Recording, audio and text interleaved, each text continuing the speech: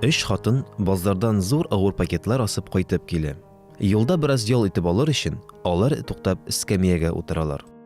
Сүзгә сүз китеп, хатыннар балалары хакында сөйләшергә тотына. Хатынның берсе үз малайының никадәр хәрәкәтчән булуы, озак вакыт дәвамында кулларында йөрү алуы белән мактана.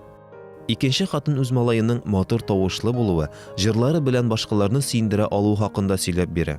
Өченче хатын исә бер ни дә дәшми, әңгәмәдәшләрен тыңлап утыра.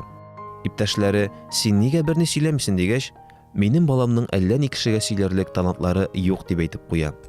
Алар янындагы күрше эскәмиядә бер карт утырып, ирексездән аларның нәрсә сөйләшкәннәрен ишетеп тора.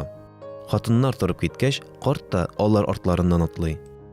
Урам башына барып җиткәч, хатыннар пакет сумкаларын куеп торып, арыган кулларын, билләрен уарга тотына. Шул вакыт яннарына балалары йөгереп килә. Малайларның берсе үз һөнәрләрен күрсәтергә, кулларында йөрергә тотына.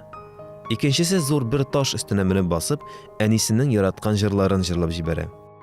Кешеләр аңа кул чапкан арада, өченче хатынның да улы килеп җитә һәм «Әнием, әйдә мин сиңа ярдәм итәм» дип, анасының пакет сумкаларына ябыша. Алар яныннан узып барган картны күреп, хатыннар: «Я, ничек? Безнең балалар чыннан да бик талантлы, шулай бит» дип аңа мөрәҗәгать итәләр. Карт кеше: «Мин монда бер генә талантлы баланы күрәм» дип өченче хатынның малаена төртеп күрсәтә һәм үз юлын дәвам итә.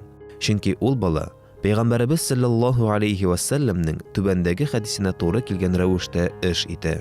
Мин һәр кемгә анасының хезмәтендә булырга тырышырга тәкъдим итәм.